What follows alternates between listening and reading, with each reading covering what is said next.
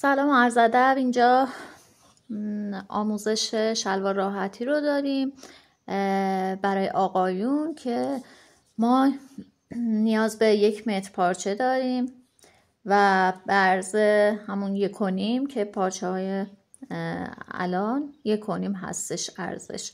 خب 1 متر پارچه نیاز داریم. ترکی یعنی اینا پرز داره.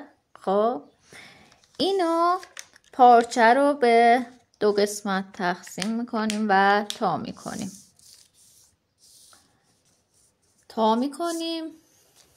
و دوباره تا میکنیم. 4 لا میشه بچه ها پارچمون. 4 لا تا میکنیم و متر رو میذاریم روی دولای بازی که اینجا داریم و مثال عرض میکنم اینجا من متر رو میذارم که قشنگ متوجه بشید. اینو متر رو میذاریم از طرف دولای باز 5 سانت به این طرف علامت میزنیم 5 سانت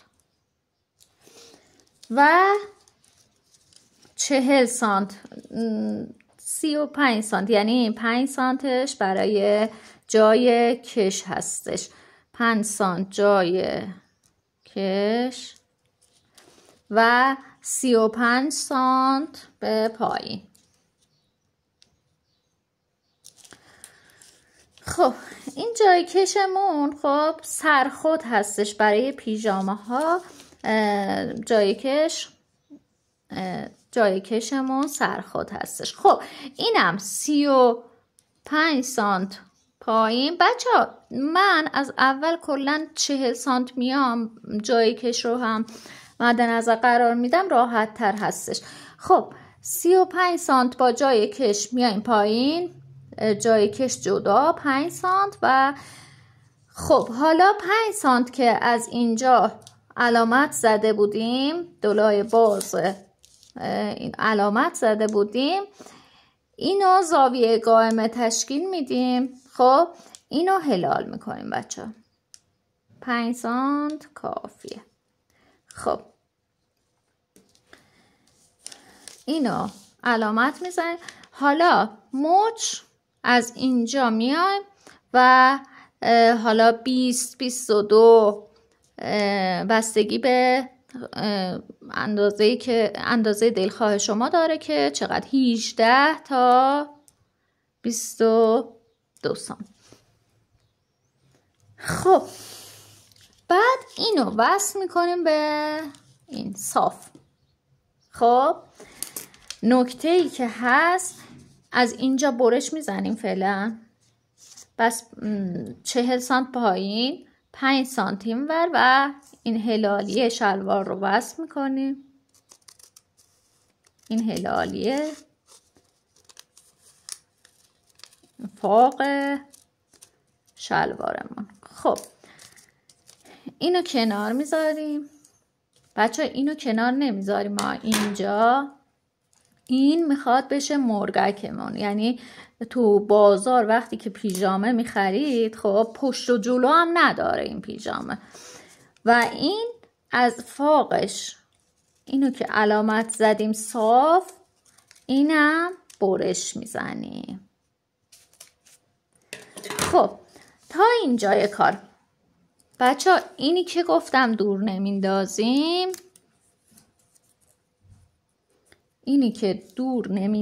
به این شکل بود دیگه. خب اینو برمیگردونیم این طرف و به این شکل به فوقش وصل میکنیم و تا پایین. خب ببینید بچه ها این شلوارمون شد. خب اینم اینجوری میدوزیم اینو.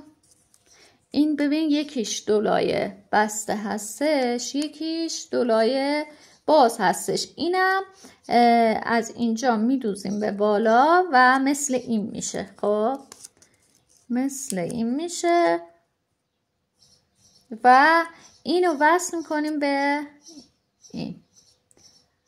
اینجا میشه مرغکمون و اینو وصل میکنیم به اینجا. بچه اینو وصل میکنیم به اینجا، ببینید میشه فاقمون. خیلی راحته، خیلی آسونه و مثل اون پیژاماهای بازاری که یه دونه نوار مغزی هم پاش میدوزن، از اونا هستش، الگوی اونا هستش که شلوار کردی هم میگن بهش.